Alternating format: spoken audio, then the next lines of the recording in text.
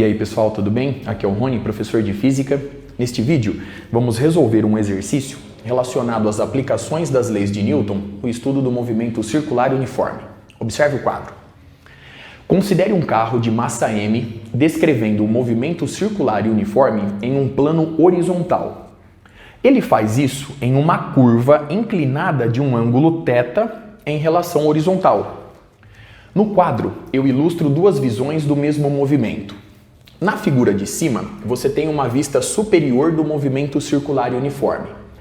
Você está vendo aqui o teto do carro descrevendo o movimento circular e uniforme de raio R, com velocidade v sempre tangente à trajetória no ponto considerado.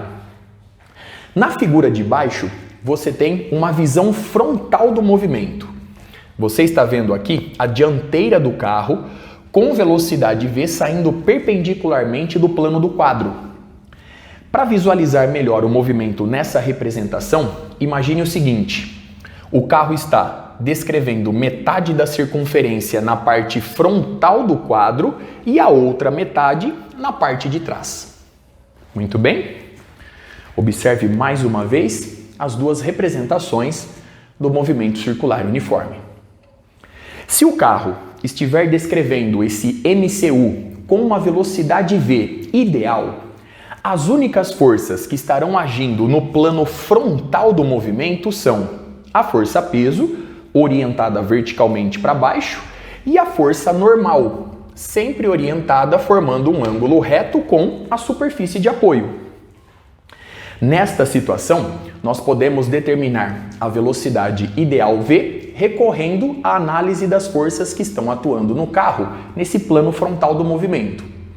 Vamos então começar analisando o movimento na direção vertical, na direção do eixo Y. Nessa direção, a força resultante vale zero, pois, como eu disse inicialmente, o carro descreve um movimento circular e uniforme em um plano horizontal. Sendo assim, a resultante na direção do eixo Y tem intensidade nula. Logo, uma componente da força normal orientada verticalmente para cima, dada por n cosseno de θ, equilibra a força peso. Logo, na direção do eixo Y, nós temos que a intensidade n cosseno de θ é igual à intensidade da força peso do carro. A partir dessa igualdade, nós podemos determinar a intensidade da força normal. Observe que N é igual a M vezes G sobre o cosseno do ângulo θ. Muito bem? Vamos agora analisar o movimento na direção do eixo X, na direção horizontal.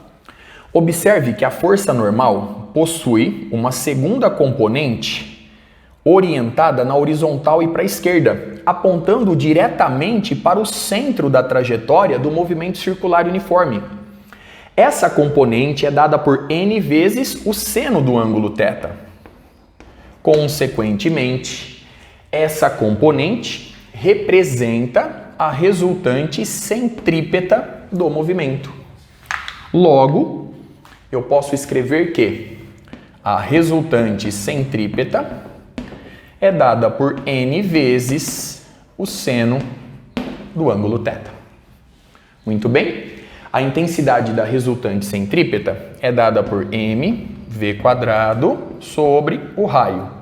E isso é igual à intensidade da força normal, mg sobre o cosseno de θ vezes o seno de θ.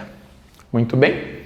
Simplificando a massa e isolando o v², obtemos v² é igual a r vezes g vezes seno sobre cosseno. Eu vou substituir pela tangente do ângulo θ.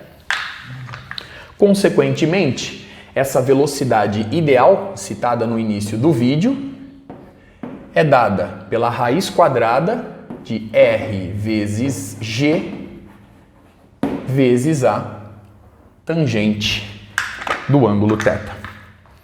Muito bem?